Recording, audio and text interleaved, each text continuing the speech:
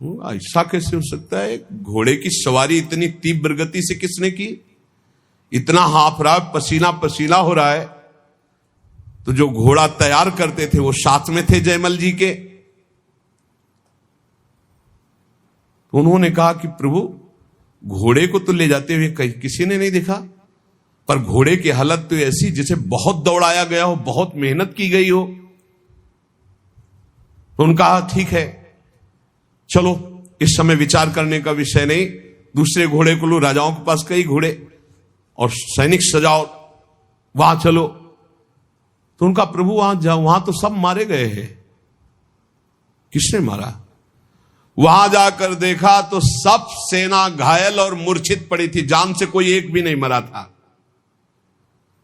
और जो राजा वो भी घायल। जयमल जी नजदीक गए, देखा तो कि ये मेरा वो भाई ही है, मेरा शत्रु बनकर के आया है। तो वो रो के कह रहा था, भाई मुझे नहीं पता था कि तेरा सांवला सिपाही एक ही इतना बलवान है। मैं कभी युद्ध में नहीं आता, मैंने कभी तुम्हारे उस वीर को नहीं देखा। वो सांवला सिपाही कौन था?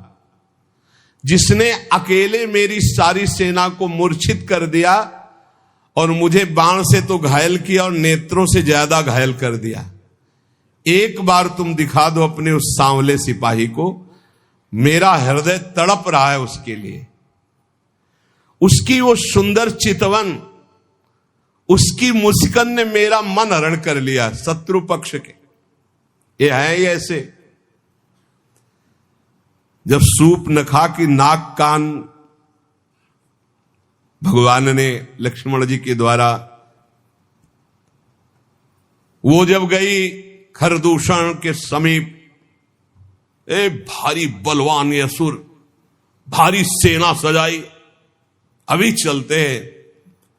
जब वहां गए तो राम जी का रूप जब देखा तो कह रहे, यद्यपि भगनी कीन कुरूपा, यद्यपि तुमने अपराध किया, हमारी बहन को कुरूप बना दिया,